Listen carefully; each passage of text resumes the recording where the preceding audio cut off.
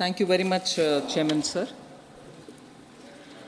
What began as a short duration discussion on the economy, because of the interest which honorable members have shown, have lasted 3 half days, and 60 honorable members have spoken during this debate.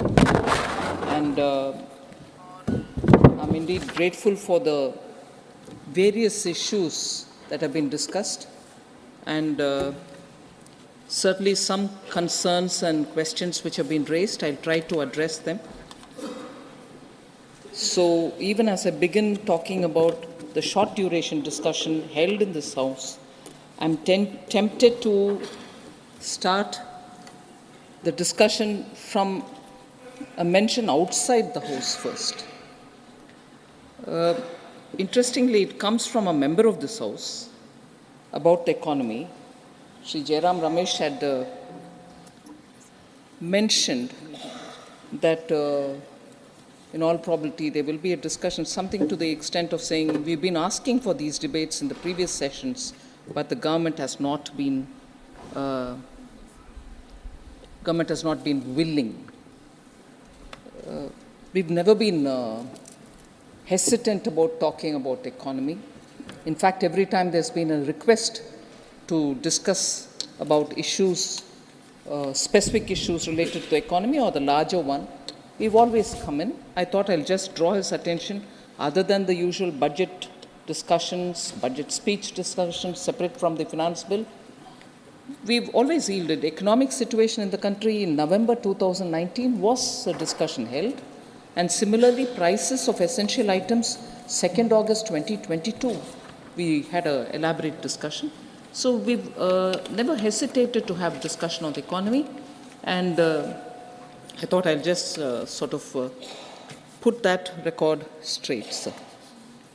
Sir, I'd like to begin by speaking about how the Indian economy fares in comparison to what is happening all over the world. Honorable members are aware that our second quarter growth has been very high. It's the highest in the world, and we continuously maintain that momentum of being the fastest growing economy. During the same quarter, July to September 23, the third and the fourth largest economies of the world contracted, sir. Germany contracted by 0.4%. and Japan contracted by 2.1%. The other emerging economies, which are largely credited to be the engine of growth for the world as a whole, even emerging economies such as Vietnam grew by 5.33%, Malaysia by 3.3%, and Thailand by just about 1.5%. So when you compare all these developments around the world, and for India to have reached 7.6% in the second quarter is a very significant number that we cannot afford to miss. In just last 8 years, sir, India has become the 5th largest economy from being the 10th largest in 2014. So just in these last 8 years, we have reached the 5th largest in size. Sir, the activities are all across the economy. It's not as if one sector is doing well and on the back of that, because the temptation is to say that the services sector, particularly given the fact that the service sector in its software services and the newly coming in global capacity centers and so on, gives us the feeling, and also because the contribution of the service sector to the GDP is very high, touching almost 60%, there is a temptation to think, is this growth on the back of only one sector, whereas it's not. All sectors are growing and growing significantly for us to notice it. So because of the Make in India program, and also because of the Prime Minister's production-linked incentive schemes, the manufacturing sector is also now significantly contributing to the economy.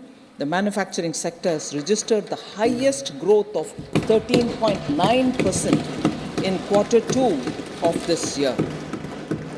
Now, if that is one other point that we would like to notice, there is this emphasis that I like to place on the Purchasing Managers Index. Manufacturing number itself is 13.9% growing, but the Purchasing Managers Index in November 23 was 56, which is in the expansionary territory. Now, PMI has been in the expansionary territory for more than 29 consecutive months. So the sustained growth of manufacturing is very indicated by that. Now, again, a comparison for the manufacturing sector is comparatively, if you're looking at the major economies, including that of the United States of America, Australia, Eurozone, Brazil, China, and South Korea, they have seen a contractionary manufacturing PMI. Let's not miss this point, because all developed countries are all showing in their PMI, the Purchasing Managers Index, a contractionary terrain number.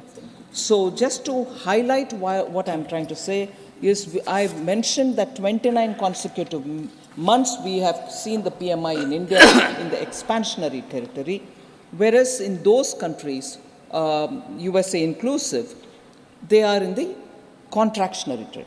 Now, I'll just read the October and November 23 numbers. For USA, it is just 50 in October, 49.4 in October, and 49.4 in November 2023.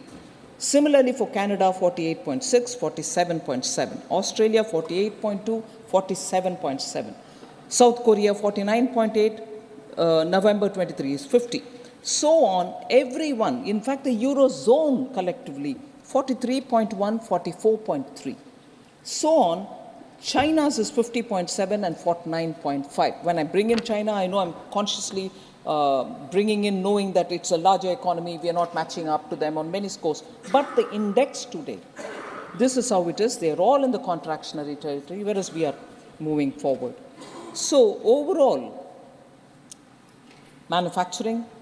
Now, what about exports? Overall exports in October 2023 rose by 9.43% year on year to US dollars 62.26 billions. So exports are also showing very clearly a sign to say that in spite of the consumption and also the demand coming down in the Western economies, our export is showing a growth. WTO halved the world's merchandise trade numbers. They said it's going to come down in 2023, and they said it will come down to 0.8%. India's merchandise exports in the same time has increased by 6.21% to 33.57 billion in October. So WTO tells you that everywhere it's going to come down to the level of 0.8%, whereas Indian merchandise export is going up, and it's gone up to 6.21%.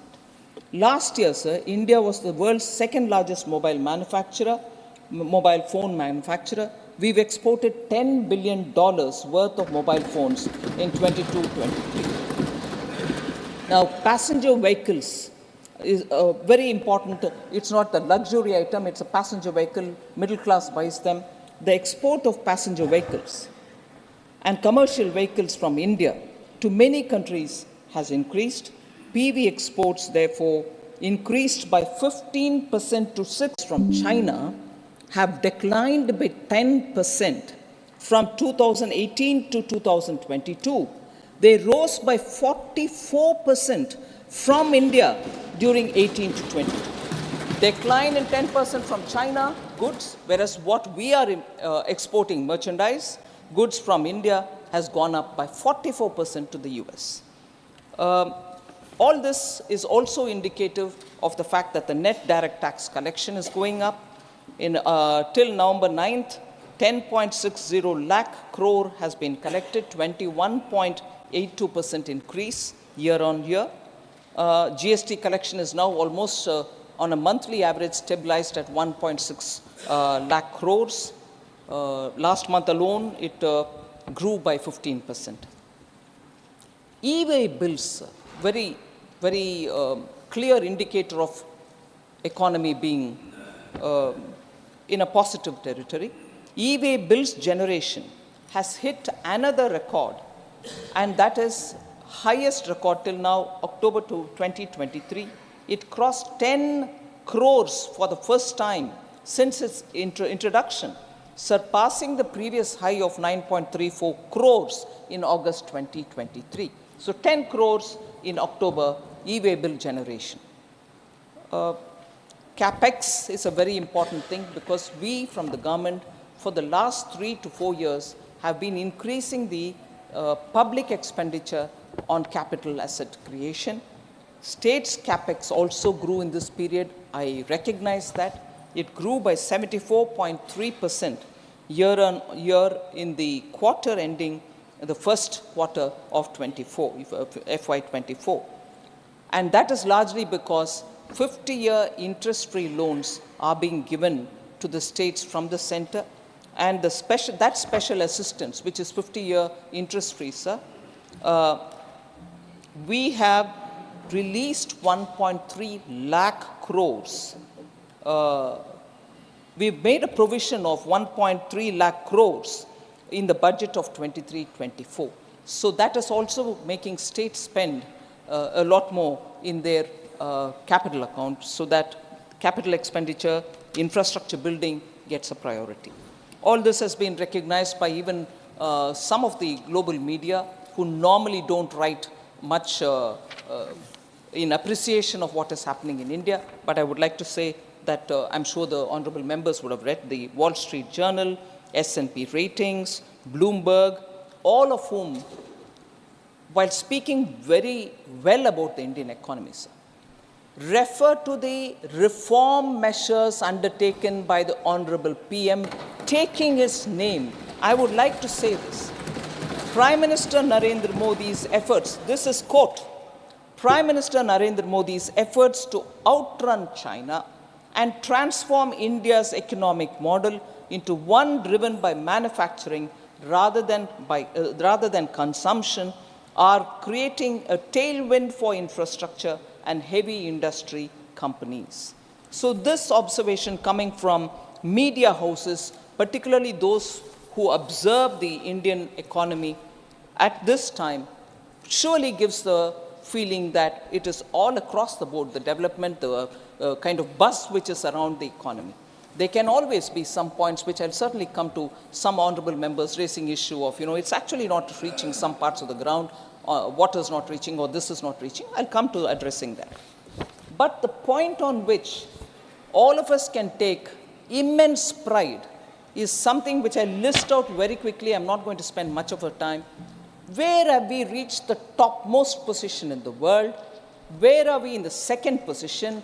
Where are we in the third position? I'll just list out those items and we'll know that this is across the board for all of us to feel extremely proud of, because this is an achievement the people of India are contributing towards this country. So India is the world's largest producer of milk, largest producer of pulses, dalhan, largest producer of jute, largest producer of sugar, real-time digital payments, largest number happen in India. India is also the second largest production of rice, of wheat, sugarcane, groundnut, vegetables, fruits, cotton, aquaculture, which is inclusive of seaweeds and lotus and so on, and also the marine products. So India is the second largest. Now, second largest again, manufacturer of mobile phones, producer of crude steel. In 2022 alone, sir, India alone registered an increase in production, while Japan, China, Russia, and US all witnessed a drop. They are the major producers. They see a drop in production, and we see not only see a growth, but we've reached the second largest producer status. Coal producer, second largest. Aluminium producer, second largest. And also, India is the second sought-after manufacturing destination globally, and this is because of a research which comes from Cushman and Wakefield. So the third position, I'll stop with the third, but then, and also one more on the fourth. Third position, sir, India has reached the third position in being the biggest producer of fish and fish products, fish-related products. 8% of global production happens here. Startup ecosystem, third largest. Automobile market, third largest. Pharmaceutical industry, third largest. Power producer, third largest power producer. Limestone producer, third largest power producer. When I say this, I'm just taking my mind picture back to that one day when the grid collapsed over the western part of the country, and we were running short of technology to handle it, and we also had shortfall elsewhere in the country, but no more of that. Today, India is the third largest producer of power. India also has, especially when we're talking of climate and green action and so on, ranks third in forest gain area. India has added 2.66 lakh hectares of forest area every year between 2010 to 2020. So 2010, I'm including 10, 11, 12, 13. It's not as if, as often it is alleged, oh, for this side of the house, it's always world began in 2014. No, world began also in 2010, and I'm recognizing it.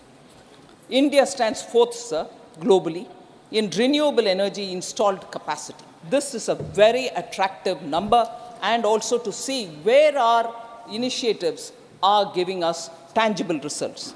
Renewable energy installed capacity. Fourth in wind power capacity, fourth in solar power capacity. And this is something which the REN 21 Renewables 2022 Global Status Report recognizes as a big achievement of India. Now, all this is not happening in only the metropolitan cities. Several things have changed in rural India, and as a result of which, our economy is getting the best from the rural area and also from the metropolitan. Purely concentrating on rural India, sir, I want to highlight the numbers between 2014 and 2023, just so that we know the economy is in many ways pulsating in rural areas, and there shouldn't be any apprehension that everything is happening in the urban. Food grain production, naturally. 2014, it was 265 MMT. 2023, it's 323.55 million metric tons. Food grain production has had a leap of an increase. Pulses procurement, 1.52 lakh metric tons in 2014. Today, 82.21 lakh metric tons, 54-fold increase. Pulses procurement from the farmers.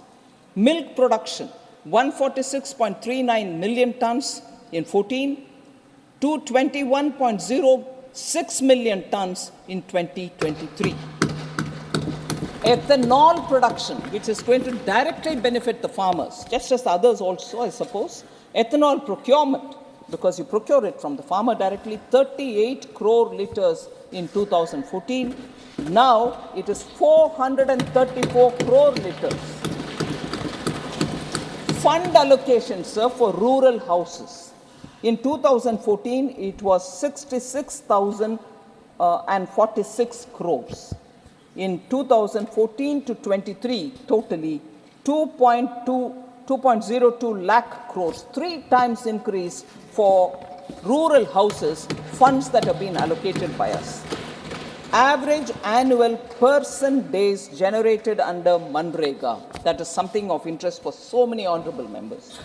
208 crore days in 2014, 248 crore days now in 2023. Sir, Gram Sadak Yojana, completed road length, 2014, 3.81 lakh kilometers. Now, 6.21 lakh kilometers. 2.40 lakh kilometers have been added on to the total which existed earlier. Agriculture budget, 2013-14, 21,933 crores. Now it's 1,25,036 crores, 5.7-fold increase. MSP payment for wheat, again this, and the MSP payment for paddy going directly to the farmer, 2006 to 14, 2.39 lakh crores, whereas what is gone for wheat now between 2014 and 22 is 4.52 lakh crores. The MSP payment for paddy is even more striking. 2006 to 14, 3.09 lakh crores were given for the procurement of MSP payment which were sent to the farmers. Between 2014 and 22, 10.06 lakh crores have gone to the paddy farmers for MSP. So these are indicative that it is not one sector, it is not just the urban areas. The economy in all sides, urban, rural, everywhere, is seeing support from the government in terms of agricultural activities and also other activities. Otherwise, they wouldn't have reached these kind of milestones. Sir, it's not just the numbers. It's also the way in which some schemes get executed. I want, for the sake of honorable members, to do a comparison between schemes which existed earlier and schemes that we are implementing, and to show how the execution of these schemes are making a difference to the common man's lives. Sir, Jan Dhan Yojana is something which we speak very often for financial inclusion. There was a scheme called Basic Savings Bank Deposit Accounts, a scheme which was launched in 2005. In nearly 10 years of that scheme, after being launched in 2005, in 2014, 10 years afterwards, there were 24.3 crore this Basic Savings Bank Deposit bank accounts which were opened. That account, which was opened for these poor people, had no facility for a debit card, had no overdraft facility, and also no insurance coverage. Suppose this person who gets this account dies in after opening the account, there is an insurance payment. None of these provisions existed in that scheme. Whereas under NDA now, Jan Dhan Yojana, which was launched in 2014, and in 10 years, I'm comparing that 10-year set of 10 years and here 10 years, in December 2023, 51 crore Jan Dhan accounts have been opened. Compare the 24.3 crore, which had no other highlights, whereas here with the highlights. What are the highlights here? KYC have been made easy, debit cards and UPI payments have been made, 10,000 rupees overdraft without collateral is provided for that account, and accident insurance cover is also provided. So, just want to show that looking at a recipient, the beneficiary who lives in the village, who needs financial inclusion, not just opening of an account, but also coverage, and also for him to do his business further with working capital. This scheme and that scheme, I just want to highlight. So in a way, I'm going to call these Naam Ke Vaste scheme, which existed earlier, find life now and actually reach the right kind of target in the beneficiary's name. So BSBD accounts were Naam Ke Vaste. Pension, again Naam Ke Vaste. Launch it, forget it. Swalamban scheme launched in 2010. 2010. In 5 years, they had 29.42 lakh accounts opened. That is, in 2014, they ended up with only 29.42 accounts.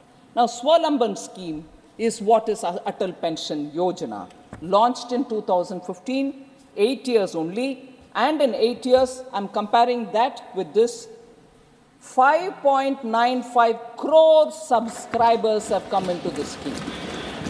20 times more than Swalamban. Again, a Naam Ke Vaste's program, until brought in and then left where it is. But if you invoke something here, they will say, oh, we've launched it, you don't credit us. credit we will, but this is the performance. Jan Aushadhi Kendras. Jan Aushadhi scheme again was launched in 2008, sir. And in 2014, they had only 80 stores, 80 stores. In 2000, that scheme got continued. December 2023, sir, 10,000 stores have been opened in Jan Aushadhi. Where is 10 and where is this? And in the 10,000, now we've said we'll take it further to 25,000 Jan Aushadhi. In the Jan Aushadhi Kendras, the common people, I go visit Jan Aushadhi Kendras and talk to the people who are buying medicines there, check up with them, whether the claim that in many cases the prices are less by 66%, 72%, 89% in some other are true or not. And people tell you what they're buying. 1,800 medicines are available, more than that, but I'm rounding it off. 1,800 medicines are available for the common citizen. Blood pressure, fever, seasonal illnesses, sugar, everything. And 2,000 plus equipments are also available there. So, I want to say again, another Naam Ke Vaste scheme, Jan Aushadhi scheme, has become meaningful for the common citizen, and this is how far it reaches. Another Naam Ke Vaste, sir. Rashtriya Swasthya Bima Yojana, launched in 2008. It ran 5 years till 2014. How many BPL families were provided any kind of insurance cover? 3.85 crores. And what was that cover? 30,000 per annum was the cover given. Ayushman Bharat, launched in 2018. By December 2023, 27.89 crore individuals have been provided health insurance cover, and that is 5 lakh an annum per family. Again, a Naam Ke Vaste. Another Naam Ke Vaste, sir, housing. Indira Awas Yojana, launched in 1985. 1985 to 2014, 29 years it ran, sir. 3.25 crore rural houses built. 3.25 rural houses built. PM Awas Yojana, launched in 2016, comparable. In 8 years, sir, both Grameen and urban put together, we have 3.6 crores of houses built. 29 years, 3.25 crore. 8 years, 3.6 crore households. Naam Ke Vaste. Now, sanitation, again, Naam Ke Vaste, one scheme. Nirmal Bharat Abhiyan, launched in 2009. 5 years till 2014, sir, 38.7% rural sanitation coverage was provided. I remember, I can't see him now, Professor Ram Gopal Yadav, who I respect a lot and who had a lot of, most of the time he intervenes to ask about what's happening in the ground, is there any difference? So his concern, I do take cognizance of, he spoke. I want to use this one data, there's also more which I'll use to answer his concern. Swachh Bharat Abhiyan, launched in 2014. Now, 2022 data, 95.4% of surveyed houses have access to toilets. 95.4%. So, tap water connection. Again, a scheme launched in 2019. There's no a particular scheme with which I can exactly compare. 3.23 household, 3.23 crore households. That is 16.82 of the total households had tap water connection in 2019. But when the Jal Jeevan mission took force, in December 2023, 13.75 crore households have been connected with water.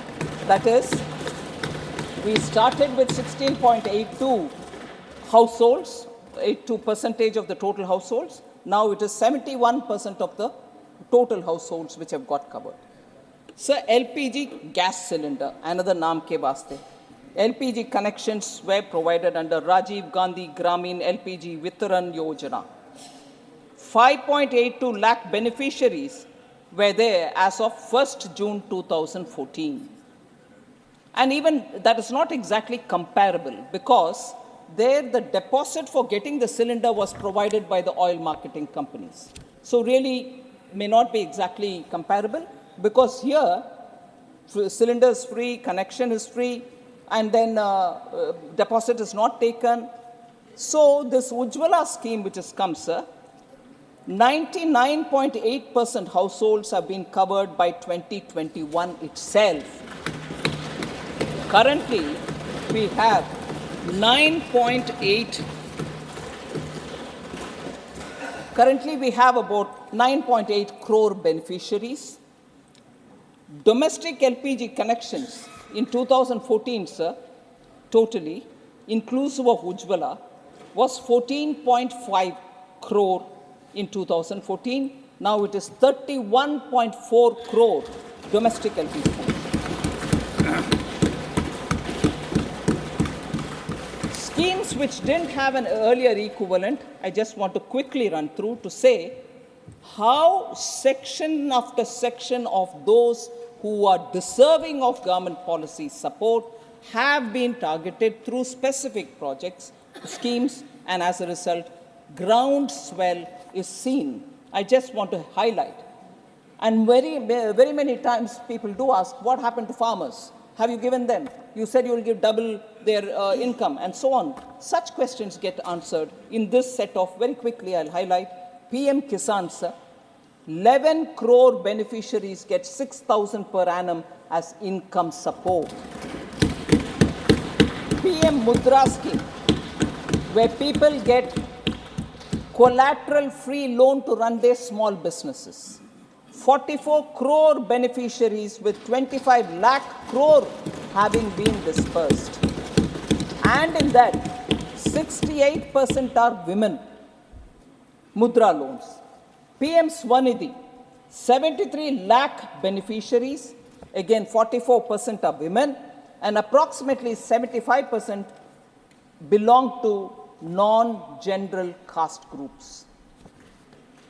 PM Jeevan Jyoti Bima Yojana, 18.58 crore beneficiaries at 1.19 per day, that is 436 per year, life insurance of 2 lakhs.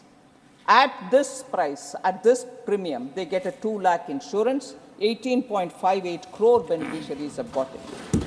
PM Suraksha Bima Yojana, sir, 41.16 crore beneficiaries have received it. Total permanent disability cover of 2 lakh and partial disability cover of 1 lakh have already been dispersed. I mean, this is a cover, but many of them have received it. Stand Up India, sir, loans to 2.08 lakh beneficiaries, rupees 22,000 crore loans have been dispersed. So from the government side, continuously, we are looking at helping people. Now I come to address issues raised by members of parliament, sir, while talking. There was a lot of concern about malnutrition.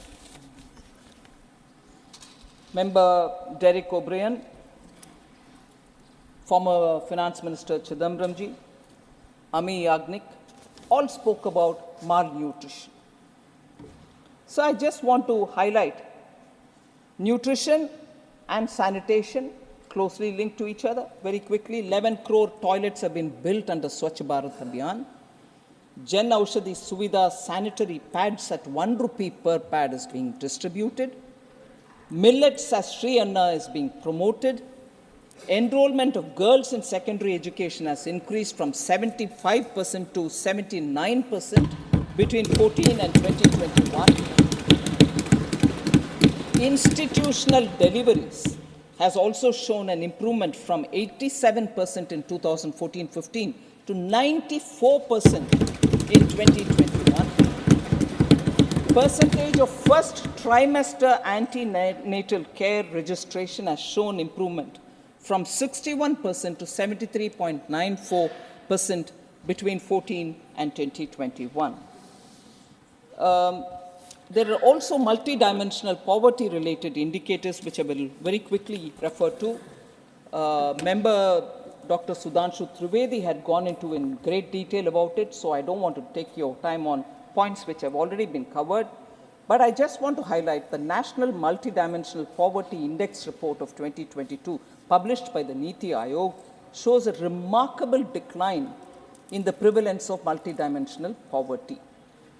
The national MPI has halved from 0.117 in 2015-16 to 0.066 in 1921. So 13.5 crore Indians have escaped multidimensional poverty between 15-16 to 19 and 21. 13.5 crore Indians.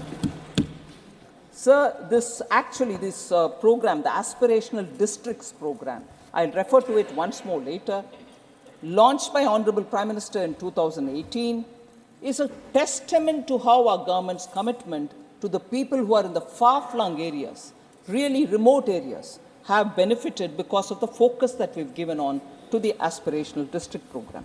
Just look at health and nutrition, the point on which many members were concerned. Percentage of pregnant mothers registered in antenatal care.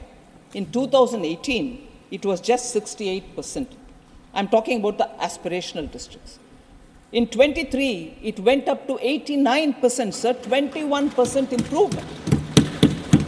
Institutional deliveries, 69% has gone up to 90%. There's a 31% improvement. And also the PM Jandan Yojana, Jeevan Jyoti Bima Yojana, 7-fold increase and 5-fold increase in Suraksha Bima Yojana.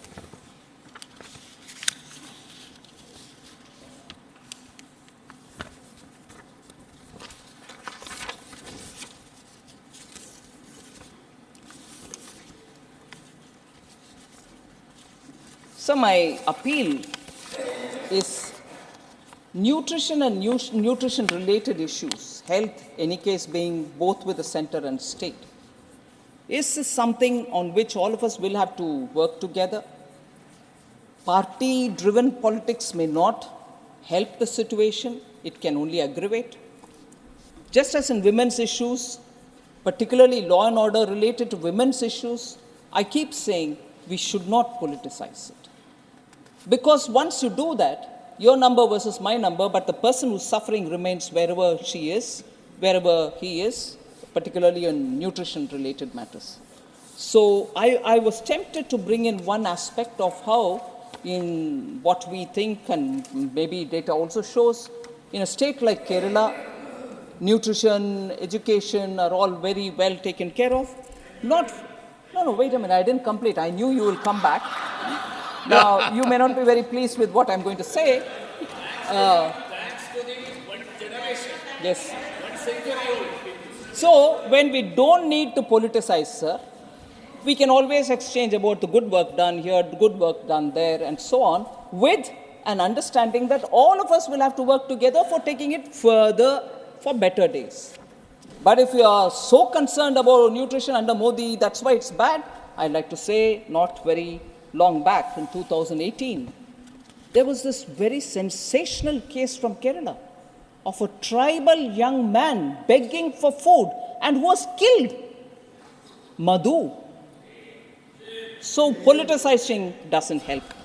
I don't want to say more on it, but I have the proof, sir.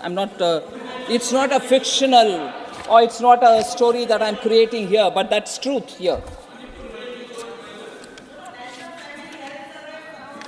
Yeah, I'm also coming up with the data. And that's why I want to say, let's not politicize issues of women, nutrition, education. It's a subject where both center and state has responsibility. If Modi has not given money, you ask me, but Modi has not stopped you from giving nutrition to your own tribal people. Madhu wouldn't have died if that literate and very respected state, God's own country, which I love a lot, which I respect a lot, wouldn't have died if that state had taken care of it. So, That's okay. One mug. That is why I'm saying no point in politicizing. All right? So,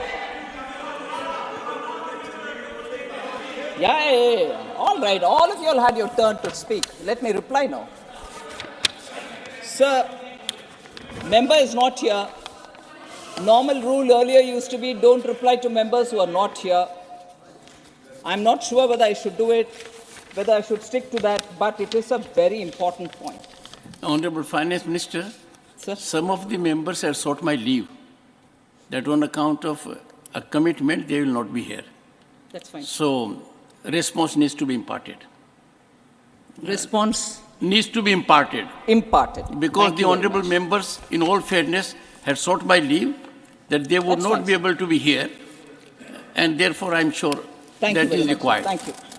I just want to highlight that Honorable Member Derek Coburn had mentioned elections are won and lost. You win, we win, you lose, we lose. Let's compare equals. He said, our growth, your growth. But I want to say that comparison, elections are won, elections are lost. So you and us, and also the point that we have not won against them was underlined. Yes, of course, we have not won against them. But the point is very grave here, which I want to highlight. You may win an election, we may win an election. What follows soon after is a law and order issue. And that's where you are certainly not equal to us. You win an election being an incumbent, sitting in power, win an election, and after that, lawlessness, mayhem, clashes, sexual assault, brazen murders have happened in West Bengal. And they're not my words.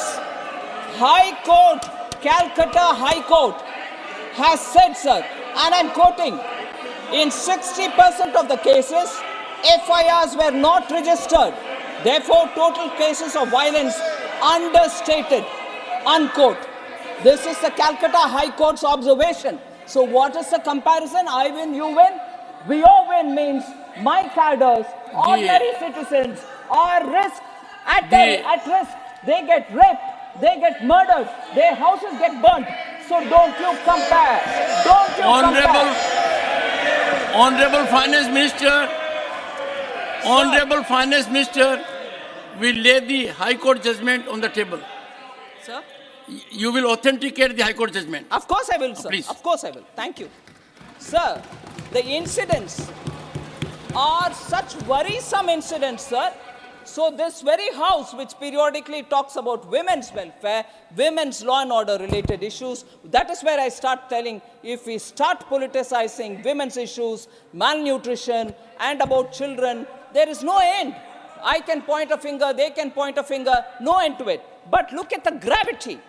4th May 2021, 60-year-old woman was gang raped in Kejuri in front of her 6-year-old grandson while her daughter-in-law was beaten up. So you win, I win, sir? You win and I win? May 21st. May 21st.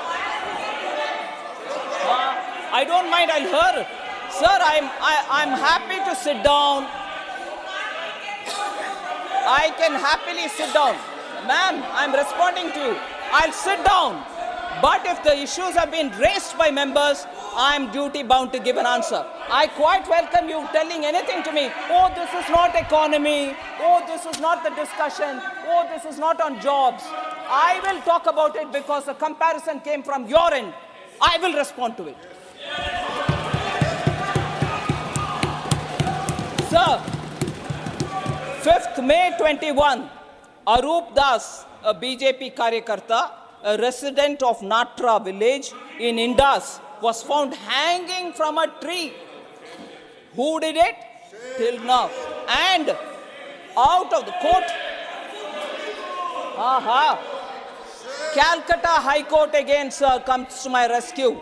I will give you the statement authenticated. I am quoting here, sir. out of 268 FIRs,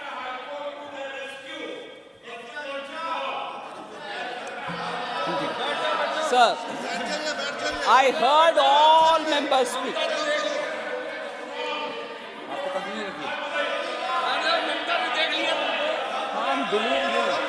Honorable Finance Minister. Please sit down. Honorable Finance Minister.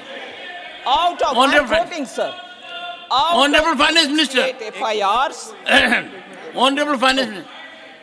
Honorable members, I have already directed the Honorable Finance Minister that the references she has made about High Court observations in judicial orders, she will authenticate, and not only authenticate reporting of those judgments, but put on the table of the House the judgment.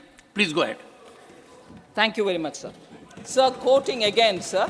19th August 2021, the High Court of Calcutta observed, quote, out of 268 FIRs claimed to be registered by the police suo motu, copies of only 219 could be found. It is evident that 62 FIRs were registered up to May 5, 2021, whereas 157 FIRs were registered from May 6, 2021 onwards. Some of these were registered immediately after the offense was committed, whereas in many of these FIRs were registered belatedly. Unquote. So the last point on this, on 6 May 2021, MOS Muralidharan and his convoy was attacked. Not even a central minister is safe. So you win, I win doesn't work. Doesn't work at all.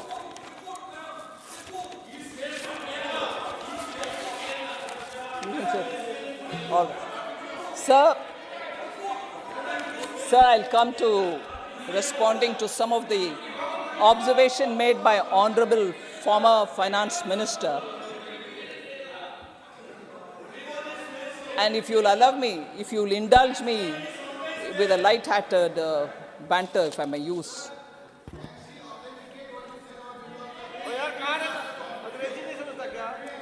Honorable Chair has already ordered me. I ordered. There is already a direction. Yes, and I'll look into it after I go through it. Please.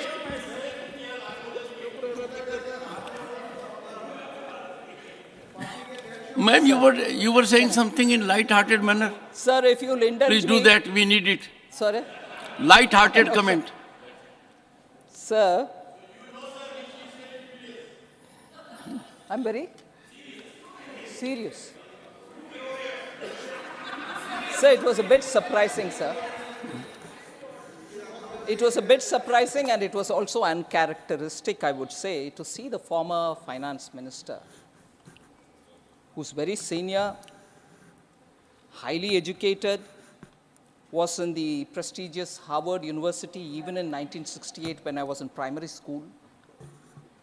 But he wholeheartedly concurred and sort of rode on the arguments provided by Derek O'Brien. He took his name more than 3-4 times.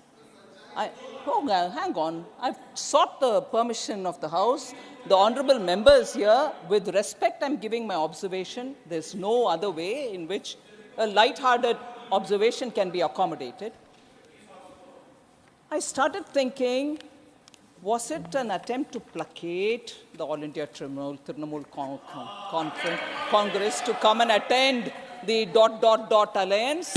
Because they seem to be hot and cold. What is it? I didn't understand. Because much before you could come to talking about the economy, that happened. And I said, oh my God, now this is all between All India Trinamool Congress and Congress. The dotted alliance needs them. And they seem to be saying hot and cold. Take it. Oh. I had the occasion to make a reference to Mr. Derek O'Brien's name on 3 occasions. And we had a very quick comment from Jairam Ramesh. Is something cooking, something like that you said? Am I right, Jairam? when I took name of Derek O'Brien 3 times on a particular day, the record shows it, you made a comment. Similar kind of comment was made. So no comparison with you, sir. So, but sir, I just want to say, no, come on. I sought his permission for a banter, right? Thank you, thank you. So he made, the former finance minister made a very linear comparison as to how the GDP has grown from 1991-92, 25 lakh crore, and then 50 lakh crore, and then 100 lakh crores, and so on, and then wondered if I will say that by the end of 23-24, India will have 100 lakh crore as the GDP. That is, if I heard him right, he said going by the trend of doubling every 10 years, it might. So I'm confident that the question is asked with a certain sense of confidence that the Indian economy and people are contributing for its growth. But I would only refer to one editorial which appears today in a paper. I'm not saying my view, but if you would permit me, and I will also do an authentication and everything else, there is an editorial in the Economic Times today which says, a $4 trillion plus we go, GDP expected to catch up in the coming fiscal, and goes to elaborate, and there's just one line that I'll read for the House, for the benefit of the House, and I quote, as India's GDP rises, would the market cap rise in tandem? Though there is no direct correlation, there could be significant wealth effects that provide tailwinds to the economy. Retail investors own 10% of the equity, about $400 billion, and their share has been rising. That should help consumption, which accounts for close to 60% of the GDP. So, linking that to the growth of the GDP itself, this write-up, which is an editorial in a paper, which is a pink paper, which observes the Indian economy, we get a picture and a probable answer to the former finance minister. Sir, then the worker population ratio was also another issue that the Honorable former finance minister raised. I just want to highlight incorrect it was for him to suggest that the worker population ratio has not improved. There is, obviously he's done some kind of a, if you permit me, whimsical calculation there and then, and which serves him well, and the interpretation is not right. As per the PLFS, that is the Periodic Labor Force Survey, WPR, the worker population ratio, that is the share of the employed in the total population, has increased to 56% in 2022-23 from 46.8% in 2017-18. And I underline the fact that this is post-COVID, that it has gone up to 56%. So there is an increase in the worker population ratio, and this is government's data. So youth unemployment rate, that is the age between 15 to 29, has declined. Unemployment rate has declined to 10% in 2022-23 from 17.8% in 17-18. So there, the unemployment is also declined, while youth LFPR has expanded from 38% to 44.5% over the same period. So unemployment is coming down. You have the data to show it's also, employment is also going up. In fact, sir, WPR in 2005 was 42%, which fell to 38.6% in 2011-12. So fall happened then. Then, despite a COVID, which is a once-in-a-century pandemic, we have revived the employment, and the data shows that very clearly. And also, sir, the various schemes that we have, Mudra or Swanidhi and so on, are promoting self-employment, particularly the lower sections of our society. More than 25 lakh crores have been dispersed to over 44 crore Mudra accounts. 68% of them are women. They do their own business and probably employ one or two more people there. 73 lakh street vendors have availed of cheap credit under PM Swanidhi program, and even in that, 44% are women. So I think the hard work and the entrepreneurial spirit of the Indian youth who go in for small self-employment cannot be ignored at convenience and cannot be raised saying, oh, the poor are without jobs at some other time. There should be some kind of a alignment. So this was raised by very many members, other than former Finance Minister Kanimuri, Dr. Ashok Kumar Mittal, and also Sujit Kumarji, Jose K. Mani, all of them had raised this issue. So the attempt to bring more employment, self-employment among women is also shown by the program that has been recently launched.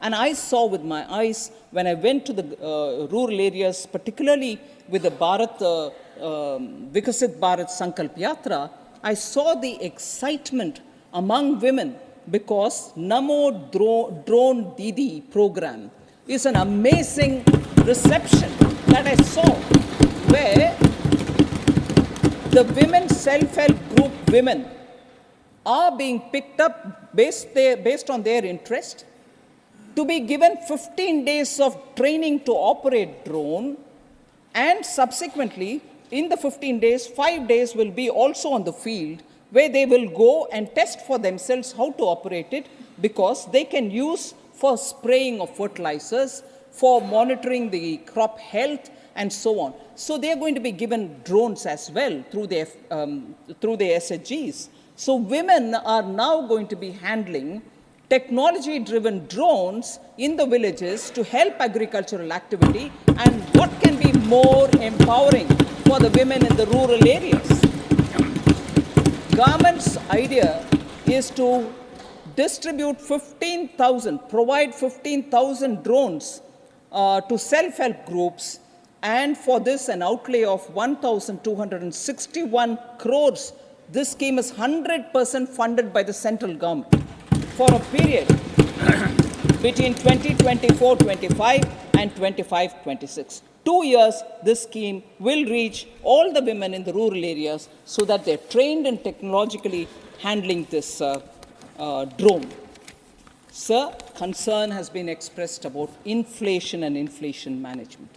Quite a few members, Rajiv Shuklaji, Ashok Mittalji, Derek O'Brien, all raised the issue. Sir, average inflation during 2014-15 up to 2023-24 has only been around 5.5%. Now, since 2014, the retail inflation breached the number and reached the highest point of 7.79 in April 2022. I concede that. But by contrast, of course, because that is important to remind ourselves that between 2004 and 14, the average inflation was 8.1%. So I just want this number to be in the back of our minds. And in between 2009 to 14, 2009 to 2014, the average inflation was 10.4%, double-digit inflation. So I just want that to be highlighted. We have taken quite a few steps to make sure that I know the Consumer Affairs Minister, the Food Minister Piyush Goyal, the Leader of the House, has been on and off releasing pulses, on and off releasing onions from the godown, from the buffer stock. Procurement and distribution of tomatoes and onions are happening as and when there is a need. Imposition of stock limits have been on pulses and wheat. Our trade policy also sees changes so that our buffer is kept safely for ourselves. and import restrictions and quotas have been introduced on specific commodities. More than that, sir, you would recall that the Honorable Prime Minister, before Raksha Bandhan, had brought down the price of cylinders by 200 rupees. And this impacted 9.8 crore Ujjwala beneficiaries, and who now get 300 rupees subsidy, and the cylinder costs 603 rupees only for them. And similarly, it has been mentioned by several people, the PM Garib Kalyan Anna Yojana provides 81.35 crore beneficiaries for the next 5 years food grains for free. Contrast this with those states which, when we reduced the duty on petrol and diesel, did not reduce, and some of those states were lost by those ruling dispensation because it kept the price very high. And I would just recall that Punjab, Rajasthan were all such states who refused to budge. On the contrary, Punjab even raised the price. So, Himachal also. So, these are states which are going against the well-being of the poor, but question us, saying, oh, you're not taking care of the poor. Why wouldn't you want to reduce the price? We have done it 3 times, and now it's come down to 603 per cylinder, sir.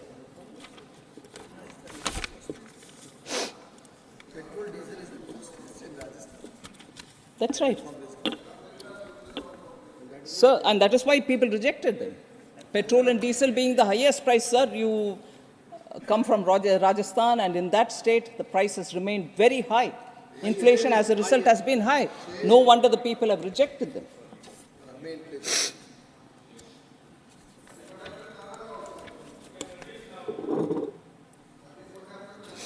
So there were concerns expressed about savings in the economy. Quite a few members had spoken about it. Household savings are also going towards asset creation. I want to bring that dimension in because it's important for us to recognize that when households do have some money in their hand, they also want to invest in assets such as having a own house. Then households added net financial assets of 22.8 lakh crore in the year 21, financial year 2021. Nearly 17.0 lakh crores in 22 and 13.8 lakh crores in 23. This can't, of course, be seen in isolation.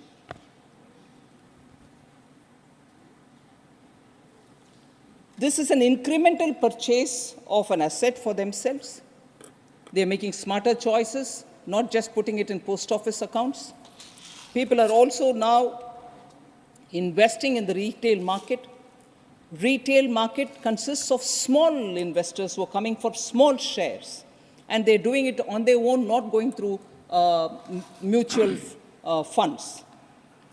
Overall household savings, sir, which includes financial and physical savings, grew at 9.2% CAGR between 13-14 and 21-22. That is 8 years. It's grown in that kind of a number.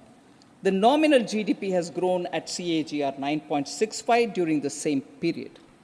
Hence, the household savings has remained constant. It has not come down. But the fact that it is going also to through the stock markets, net unique account, demat account opened, are also reaching record numbers. I just want to highlight that the asset under management of the Indian mutual fund industries, for those who are going through the mutual fund, has grown 5 times in 10 years from 8.34 lakh crores in October 2013 to 46.71 lakh crores in October 2023. Total demat accounts in India have crossed 13 crores, the highest ever touched in India. It has increased by almost 6 times since 2014, when it was only 2.18 crores. It has tripled since the onset of COVID-19, which is a remarkable point to be observed.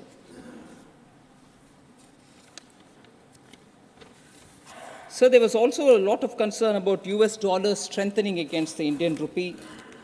I just want to highlight the recent article which has come up, sir. The clearest sign that things are going well, a stable currency, was the title of that article. And it quotes, rupee has lost less than 1% of its value against the US dollar this year. And this is an article which was published in Wall Street Journal, a leading US newspaper, on 28th November. It's not something which is old, 28th November. The title of that article was interesting. It said, virtually everything has gone right for India.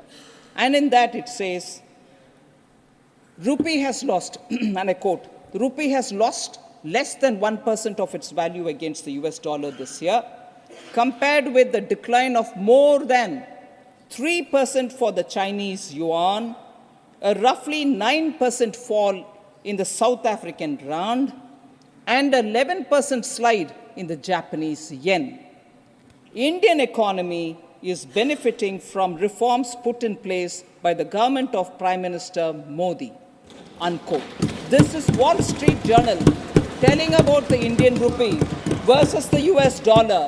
And I'd like to recall that several months ago, I spoke about the Indian rupee standing up to the dollar and the dollar's value going up, but the rupee not losing value.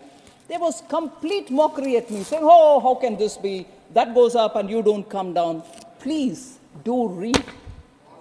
Then you'll know why the Indian rupee stands stable against an ever-increasing dollar.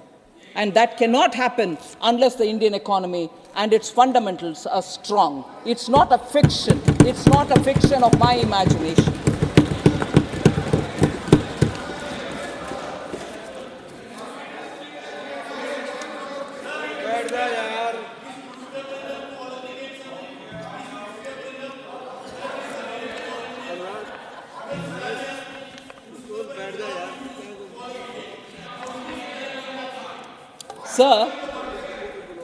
Sir, I will come up to something more on which John Britta's honourable member would have more interest about Kerala. I'll come to that.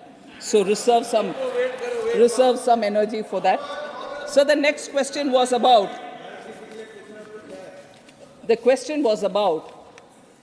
and this is Dr. Shantanu Sen. I'm not sure he's here, but, oh, he's here, sorry. About why central government sends teams to inquire. Why wouldn't we release the funds in time? And also thought that we were against the poor by not releasing the funds. I just want to put some facts on record, sir. A central team was sent for an inquiry on January 22nd, 2019 to 2019, January 24th, 3-4 days. They visited about 6 gram panchayats. I'm just giving you this as one of the examples. This team visited 6 gram panchayats in 4 blocks in Purva Bardhaman and 7 gram panchayats in 3 blocks of Hooghly district, and a total recovery of 484.27 lakh was reported. 484.27 lakh was reported. Now, the state government after that sends a action taken report because that was sought from the state. And the action taken report says that the state government had deposited the recoverable amount from the state treasury. However, recovery has not been made in toto from each and every defaulter, which is not acceptable. It's a double whammy if you ask me. Money has gone away from the treasury, God knows to where. And when that is questioned even by the CAG or by the inquiry teams, quickly that money is made good by putting it from the treasury into the account where it has to go. You're using the taxpayers' money to make good of leakage which has happened. And when the leakage is spotted, that money is not getting recovered. that money is being made good by another set of public taxpayers' money. How good is this? Who's taking away the poor people's money? And when this is questioned, we are accused of not helping the poor.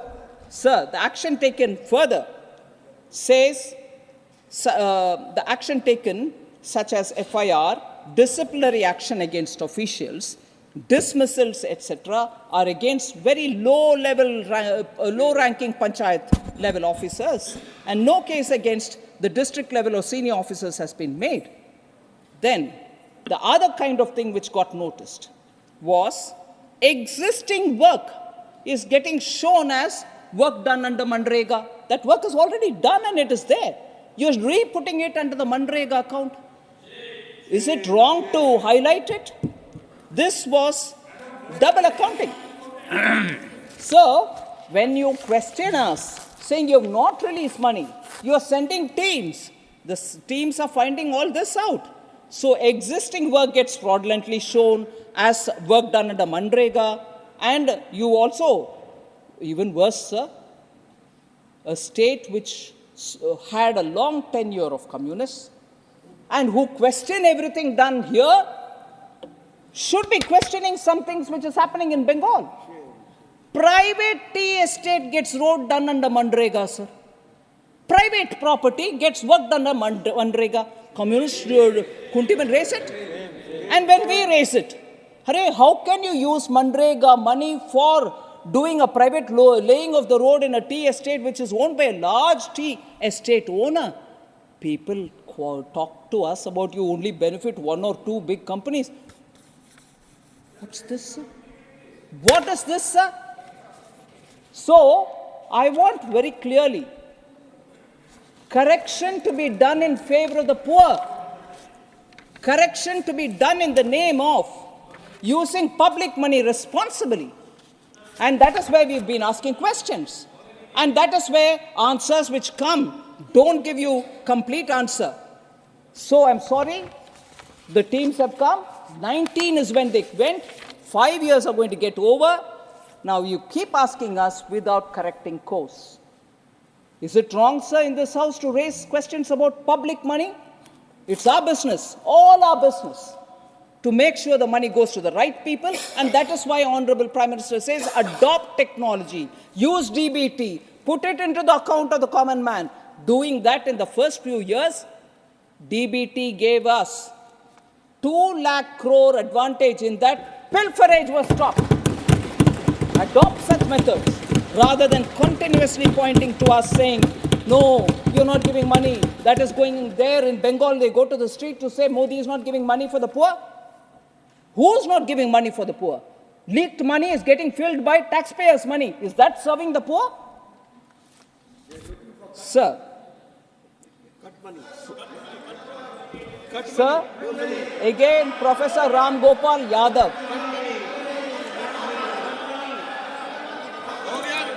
Sir, Professor Ram Gopal Yadav and also Ajit Kumar Bhuyan, independent from Assam, have all been talking about private final consumption expenditure in the GDP. I would like to say it stands at 58.5% in 22-23, the highest since 2006-2007. The gross fixed capital formation, the share of the gross fixed capital formation in GDP stood at 34% in 22-23, again highest since 2013-14. So per capita income was also a matter on which questions were raised. I just want to say in rupee terms, I'll also give in dollar terms. In rupee terms, per capita GDP at constant price was 78,348 Indian rupees. In 2013-14, it has increased to 1,15,746 rupees in 2022-23. Substantial increase in per capita at constant price. If any member is interested in knowing about the US dollar rate, per capita income was 1,438 US dollars in 2013-14. It has increased to 2,389 US dollars in 2022-23. So, It's a 5.8% increase. India's rank in the per capita income was 147 out of 189 countries in 2013-14, which has moved up to 141st rank. From 147, we've moved up to 141. Sir, it is something which, before I go to talking about Kerala, I just want to highlight the fact that particularly, and recently also we heard the Honorable Prime Minister saying, I'm not worried, I'm not going to be swayed by caste differences, backward, or religion, or any, but for me, there are only 4 such castes which I will serve now. And I've been serving them, I'll serve them further, and if I do that, across all castes, across all religion, people will get covered. So if you were to touch the poor and serve the poor, poor of all communities, poor of all castes, poor of all religions will get covered. So poor, the farmer, women, and the youth are the 4 which have been continuously under priority of this government. And this was also taken up from the point of view of aspirational districts. 112 aspirational districts. In other words, they were aspirational for us because they are actually districts, even in a developed state, they could be the pocket which is not so well developed. But instead of calling them backward, we call them aspirational. Such aspirational districts, sir, I just want to say, because quite a few members asked us, no, in the ground level it is not translating. Actually, all the schemes that you're announcing are not reaching the common people. I want to take this as an example to tell all the members here, sir, that of the 112 aspirational districts, 26 are spread across 4 states and account for 81 assembly seats in the recently held elections of Madhya Pradesh, Chhattisgarh, Rajasthan, and Telangana. 26 of the 112, in which complete focus of the government has been there to make sure that also come up to the level of the rest of the developed states.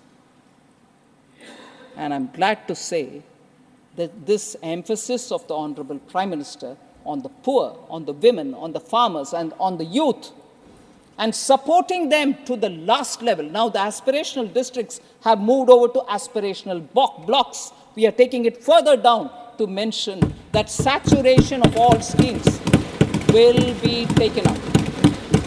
Common people have recognized this. Women have recognized this. That's why they're enthusiastic about the drone, about the SHG groups getting help.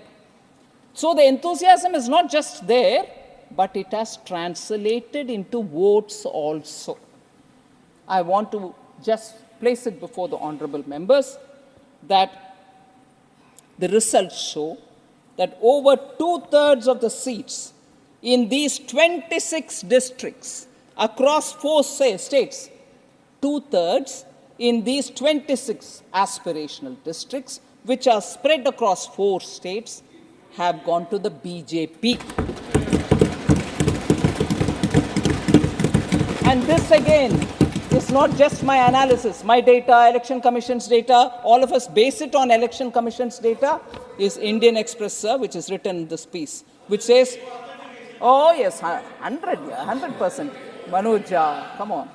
So, focus on women, focus on backwardness, focus on poor, focus on youth, focus on farmers. People understand this is a government and this is a leadership under Prime Minister Modi which delivers to the ground. And that is why they trust us. That's why they trust the PM. And that is the bharosa with which we are bringing in these kind of ground level difference in the quality of life. So the last, which I've been seeking your indulgence, is to say quite a few honorable members spoke about Kerala and Tamil Nadu, unfair treatment on account of perceived inequality and so on. I just want to highlight just 5 points. I won't go into details. The 5 points are, sir, we give so much but we don't get. Doesn't add up. States receive 100% of the state GST. States receive 100% of the state GST collected in that state. Nobody touches it. Approximately 50% of the IGST, which is collected for the transaction between states, is given. Approximately 50 goes to the states. And 41% of the central government share of the GST, CGST, is also devolved to the states based on Finance Commission's recommendations. So tax devolution, which is suggested by the Finance Commission, tells very clearly that 100% of what you collect in GST is with you, 50% of the IGST goes to you, 41% of the central GST also goes to the states. One. Second, industrialized states like Tamil Nadu have very many companies which are registered there, but which have pan-India operations, and they have concurrent tax payments. Example, sir.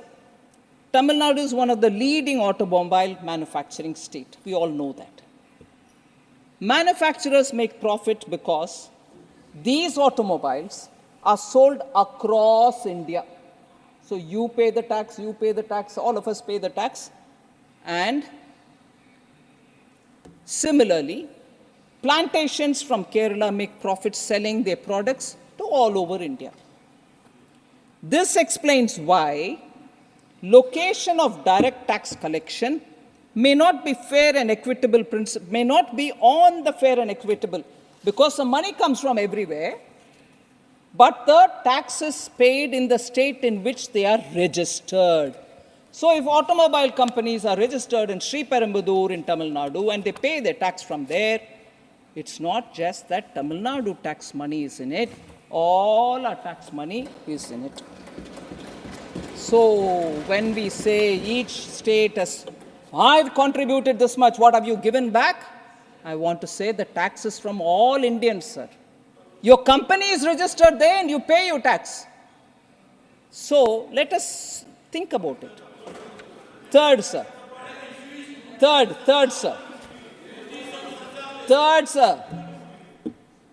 sir. Sir, there's a proverb in Tamil. I just half heard John Britta's. I'm tempted to say it, if you don't mind.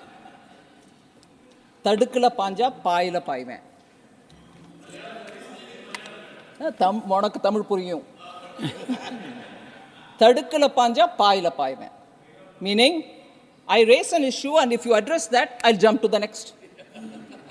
There's no end. I'm sitting in a tadukku, I raise issue about it, I answer that tadukku related issue, but no, now I've gone to pai, answer that. I mean, come on, tadukula panja, paayila panjinde irukano. So, sir. Yeah, I'll still answer your cess and your surcharge. This is answered n number of times in this house. But n number of times it will always be raised, like the other day, with your permission, I took a banter on Honorable Member Ami Yagnik, on the waiver written off. Permanent debate. It's been explained till the cows reach home, but we'll still explain it. I'm quite... No, don't worry. Write off and written off are grammatically different, that's all. So, that has been explained several times, sir, but I don't mind. With your permission, I'll do it any number of times. Sir, third. Ma'am, I think men agree more than women agree amongst themselves. No, it's a reflection. Huh? Have you ever agreed with me?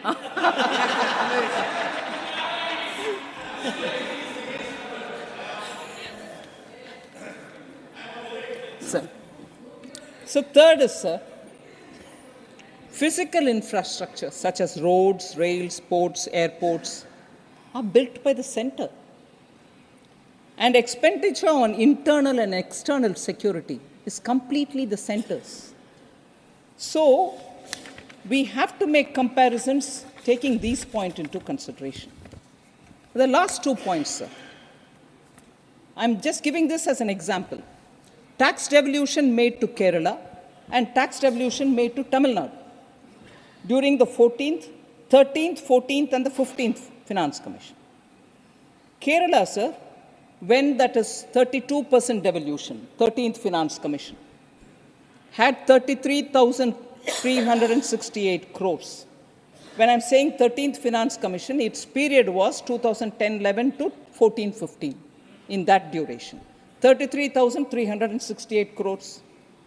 Then when the 14th Finance Commission submitted its report and its report's recommendation was accepted, just as soon as Prime Minister Modi took charge in 2014, and that 2014 report came into effect from 2015-16 to 2019-20.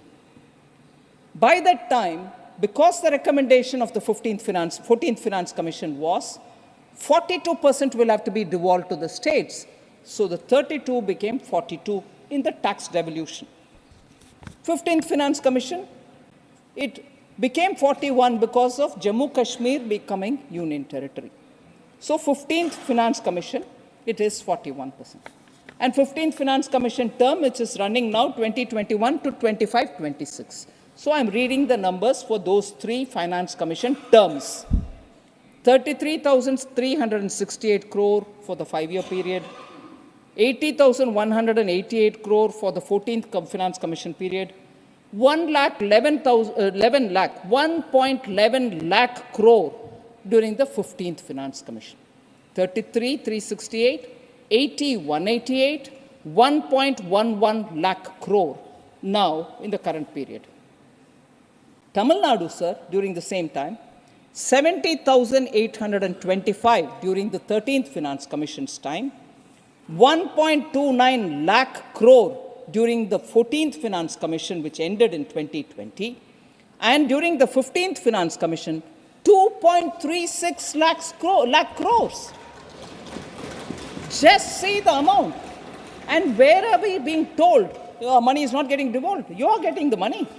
Sir, then the last point, sir, the fifth one, the credibility of this government, sir, is to financially empower the states can also be engaged from the fact that an issue which was pending from 1996-97 till 2014-15 happened, nobody touched it. That was actually money belonging to the states. Nobody touched it. It was lying as a pending amount, tax dues amounting to 81,645 was lying there. It was Prime Minister Modi who in 2015, talking to the earlier, this happened in 2021, talking to the ministry, to the officials, to me, all of us worked together with the states. There was some money which the states owned the center. This money was owned by the center to the states. 81,645 crores was then released, reconciled amounts adjusted. The net amount which went to the states was 43,168 after adjusting what they owe the center.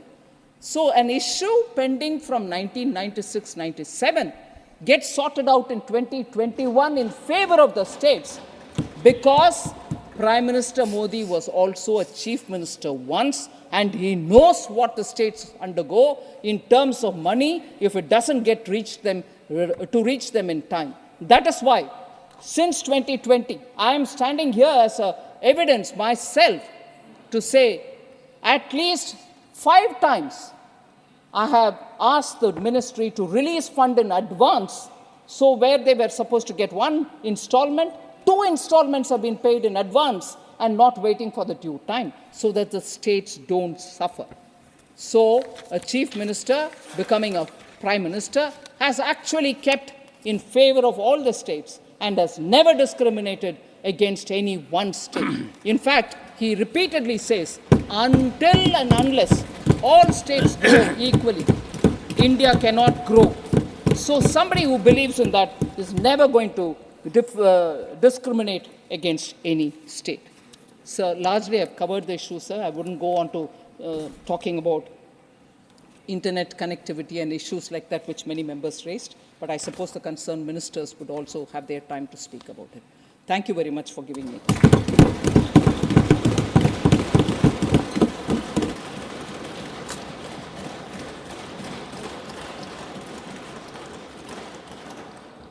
Honorable members, it is already 5:30 p.m.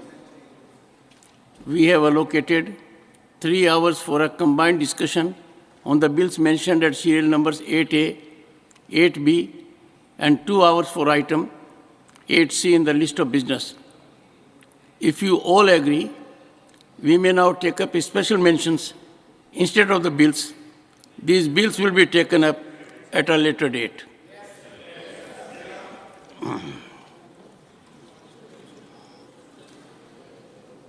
Special mentions. Shri K.R.N. Rajesh Kumar,